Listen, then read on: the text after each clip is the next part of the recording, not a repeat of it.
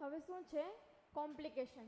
Complication કઈ કઈ થશે એ આપણે જોવાની છે. તો કે આયરન ડેફિશિયન્સી એનેમિયા. આપણને આયરન ડેફિશિયન્સી એનેમિયા એની અંદર જોવા મળશે.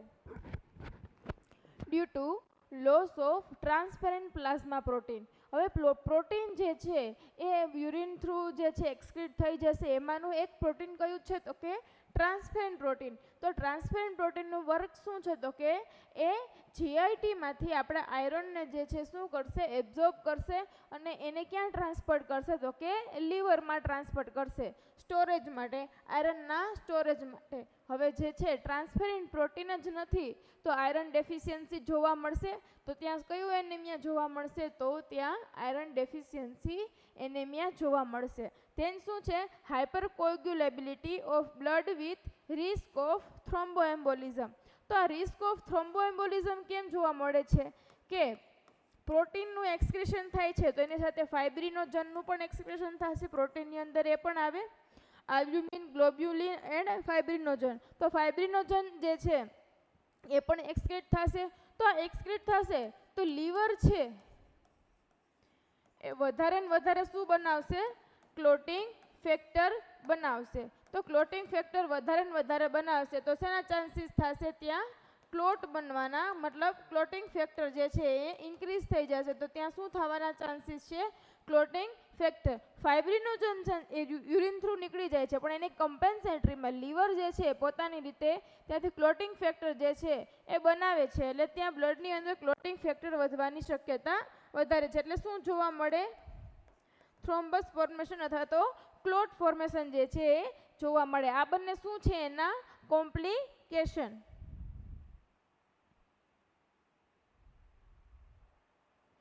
તેન ડાયગ્નોસિસમાં શું કહેવામાં આવે છે? ડાયગ્નોસિસમાં શું કહે છે તો કે હિસ્ટ્રી એન્ડ ફિઝિકલ એક્ઝામિનેશન, કે પર્સનની હિસ્ટ્રી લેશું એને પ્રિવિયસલી ક્યારે કોઈ પ્રોબ્લેમ છે કે નહીં, ફેમિલી હિસ્ટ્રી જોશું, ફિઝિકલ એક્ઝામિનેશન કરશું, તેન શું કરશું urine analysis. Urine analysis main છે. આપણે યુરિન એનાલાઇસિસમાં શું જોશું તો કે પ્રોટીન યુરિયા. પ્રોટીન યુરિયા અથવા આપણે ફ્રોથી વ્હાઇટ યુરિન આપણે વિઝ્યુલાઇઝ થયું તો એ શું ઇન્ડિકેટ કરે છે તો કે પ્રોટીન યુરિયા. ધેન શું છે KFT.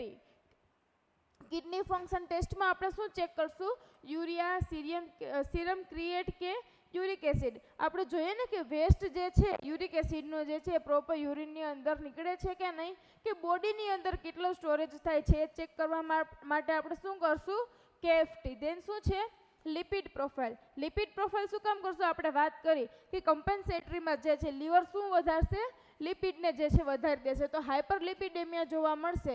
એ શું કરશે તો કે LDL નામનું કોલેસ્ટેરોલ જે છે જે બેડ કોલેસ્ટેરોલ છે એને શું વધારવાનું કામ કરશે. એનું વર્ક શું છે તો કે વેઝોકોન્સ્ટ્રિક્શન કરશે જેના લીધે આપણે શું જોવા મળે હાઇપરટેન્શન જોવા મળે. તો લિપિડ પ્રોફાઇલ થ્રુ આપણે શું ચેક કરશું hyperlipidaemia. Then serum electrolyte level. Serum electrolyte લેવલમાં શું ચેક કરશું સીરમ ક્રિએટ જે છે એન્ડ અધર જે ઇલેક્ટ્રોલાઇટ આને જે રિલેટેડ જે છે એ બધા ચેક કરશું. Then serum plasma protein level. Plasma પ્રોટીનમાં શું ચેક કરશું આપણે હાઇપોઆલ્બ્યુમિનિયા છે તો આપણે એમાંથી આલ્બ્યુમિનનું લેવલ છે જે ચેક કરવાનું છે કે નોર્મલ છે કે નહીં પ્લાઝમાની અંદર. Then body weight. Sorry body weight આપણે જોવાનો છે. ડેઇલી બોડી વેટ જે છે એ ચેક કરવાનો છે. કેમ કે ઈડીમાં થશે તો બોડી વેટ શું જોવા મળશે આપણને હાઈ જોવા મળશે. એના લીધે આપણે ડેઇલી બોડી વેટ જે છે ચેક કરવાનો છે. સેમ કપડામાં સેમ મશીનની અંદર જે છે આપણે ચેક કરવાનો છે. દેન શું છે સમ ઓટો ઇમ્યુન ટેસ્ટ. કયા કયા ઓટો ઇમ્યુન ટેસ્ટ કરવાના છે તો કે એસો ટાઇટર અથવા તો એન્ટી ન્યુક્લિયર એન્ટીબોડી. કેના માટે કરવામાં આવે તો કે SLE. એસો ટાઇટર કોના માટે કરવામાં આવશે તો કે GABHS.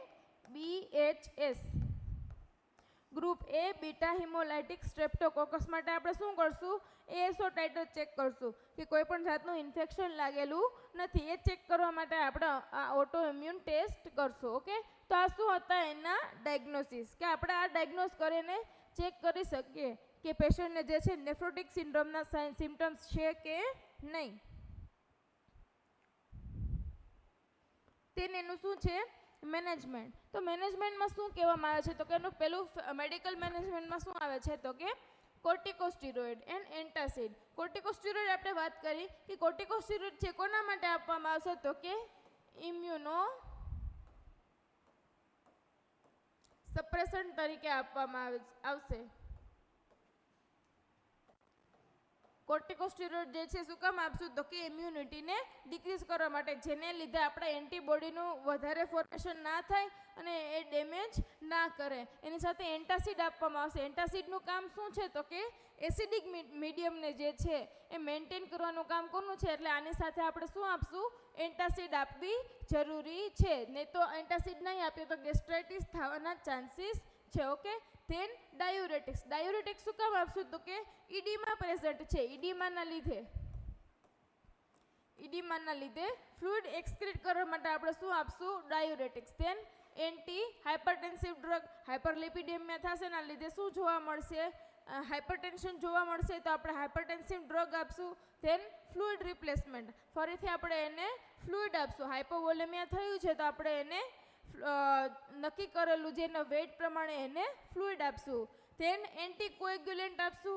કેમ કે આપણે વાત કરી કે લીવર જે છે એ આપણે ફાઇબ્રિનોજનનું એક્સક્રેશન થાય છે તો એની કમ્પેન્સેટરીમાં ક્લોટિંગ ફેક્ટરનું વધારી દેશે તો આપણે એને શું આપશું anticoagulant. Then injection iron sucrose.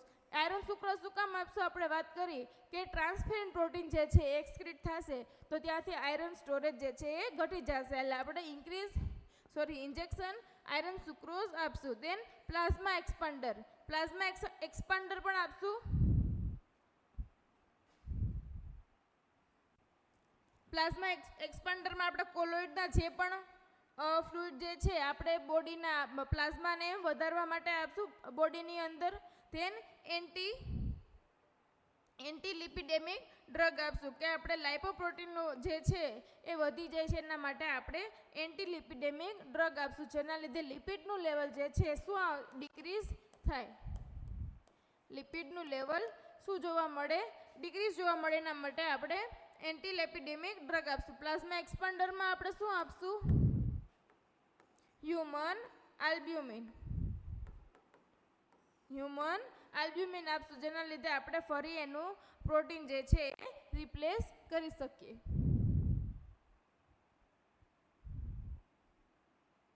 તે નર્સિંગ મેનેજમેન્ટમાં શું આવશે તો કે monitor IO chart.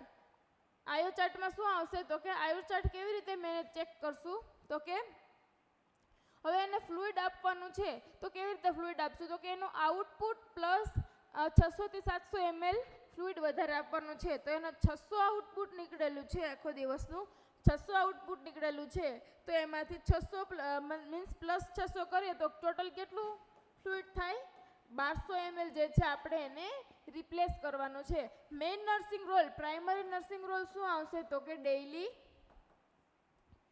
Daily weight monitoring જે છે એ આપણો પ્રાઇમરી નર્સિંગ રોલ છે. ધેન વાઇટલ સાઇન ચેક કરશું કેમ કે હાઇપરટેન્શન થવાના ચાન્સીસ છે એના માટે આપણે monitoring vital sign. Then provide bed rest આપશું આમને. Provide meticulous skin care. Skin care શું કામ કરશું મેટિક્યુલર સ્કિન કેરમાં અંદર શું આવશે તો આપણે વાત કરી કે પર્સનને જે છે એ ઈડીમાં જોવા મળશે તો ઈડીમાના લીધે ત્યાં શું જોવા મળશે ડ્રાય સ્કિન જોવા મળશે.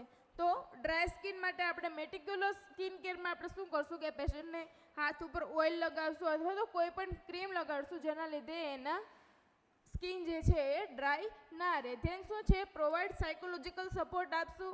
ધેન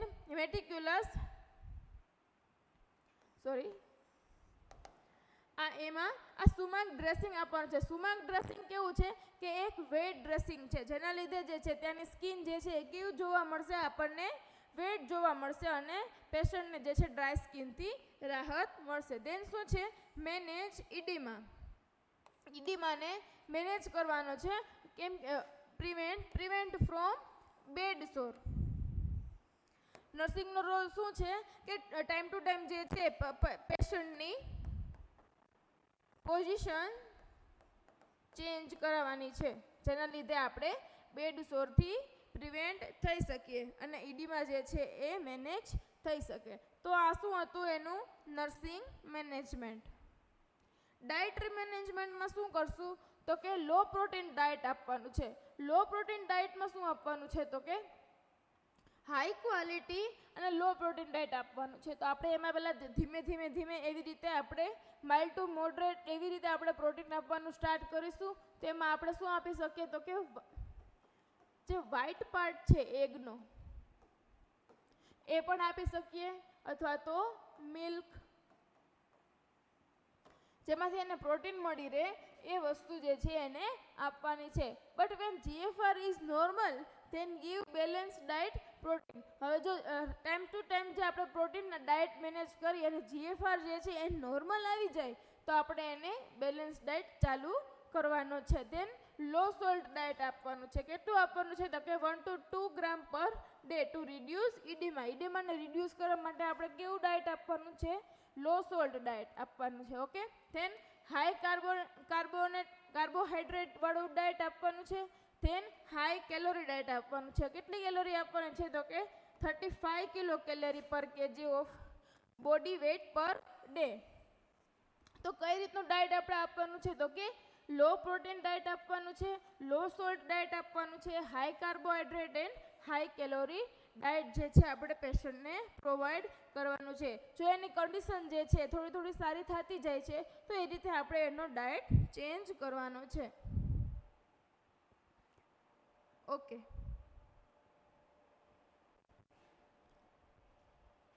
આ શું હતું આપણું નેફ્રોટિક સિન્ડ્રોમ. તો નેફ્રોટિક સિન્ડ્રોમમાં શું કહેવામાં આવે છે તો કે આપણે નોર્મલી સમરી જોઈ લઈએ કે શું કહેવામાં આવે છે કે નેફ્રોટિક સિન્ડ્રોમ છે એ મેઇનલી કેમાં જોવા મળે છે કે લેસ ધેન 15 યર એજના જે ચિલ્ડ્રન જે છે એની અંદર જે આપણને નેફ્રોટિક સિન્ડ્રોમ જોવા મળે છે. આપણે એની ડેફિનેશન જોઈ કે ગ્લોમેર્યુલસ ડેમેજ થશે, એની મેમ્બ્રેન ડેમેજ થશે, એના લીધે જે છે પ્રોટીન બ્લડના પ્રોટીન જે છે એ ફિલ્ટર થઈને એક્સક્રીટ થશે અને ક્યાં જતા રહેશે તો કે યુરિન થ્રુ બહાર નીકળી જશે. જેના લીધે બોડીની અંદર જે છે પ્રોટીનનું લેવલ કેવું જોવા મળશે?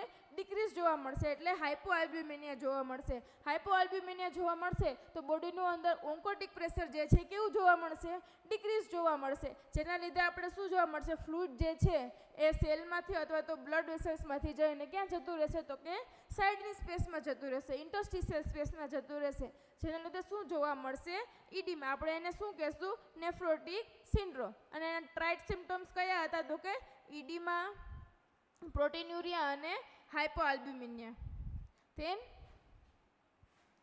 એના કોઝિસ કે કયા કોઝિસથી આપણને જે છે નેફ્રોટિક સિન્ડ્રોમ જોવા મળશે. એના અલગ ટાઈપ્સ મિનિમલ ચેન્જીસ હશે તો ચાઇલ્ડમાં જોવા મળશે અને ફોકલ સેગમેન્ટલ ગ્લોમેરુલોસ્ક્લેરોસિસ હશે તો એ એડલ્ટમાં જોવા મળશે. ઓનલી જો મેસિવ ઇન્ફ્લામેશન હશે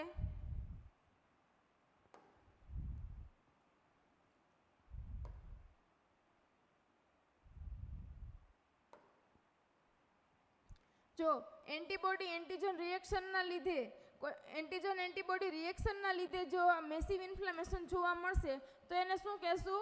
મેમ્બ્રેનો પ્રોલિફરેટિવ ગ્લોમેર્યુલો નેફ્રાઇટિસ કહેશું. અને ઓનલી ઇન્ફ્લામેશન જોવા મળશે તો શું આવશે તો કે મેમ્બ્રેનિયસ ગ્લોમેર્યુલો નેફ્રાઇટિસ. રેપિડલી પ્રોલિફરેટિવ ગ્લોમેર્યુલો નેફ્રાઇટિસ કોને કહેશું? કે વિધિન થોડાક દિવસમાંથી લઈ અને 3 મંથ સુધીમાં જો આપણે નેફ્રોટિક સિન્ડ્રોમ જોવા મળે તો એને શું કહેશું આપણે? રેપિડલી. તેન ક્લિનિકલ ફીચર્સ જોયા આપણે કે શું જોવા મળે છે. મેં તમને પેથોફિઝિયોલોજી થ્રુ જે છે એ સમજાવ્યું છે. આ એનું ઇમેજ છે, આ ફ્રોથી વ્હાઇટ યુરિન અને અધર ટાઈપ્સ જોયા આપણે. કોમ્પ્લિકેશનમાં આયરન ડેફિશિયન્સી, ટ્રાન્સફેરિન પ્રોટીન જે છે ડિક્રીઝ જોવા મળશે. આમાં લીવર જે છે કમ્પેન્સેટરી મિકેનિઝમ થ્રુ જે છે એ ક્લોટિંગ ફેક્ટર જે છે શું કરશે? વધારી દેશે. ડાયગ્નોસિસ આપણે કયા ડાયગ્નોસિસ કરવા જોઈએ કિડની રિલેટેડ? એન્ડ મેનેજમેન્ટમાં આપણે medical management and nursing management અને ડાયટરી મેનેજમેન્ટ સમજ્યા છે. Okay, thank you.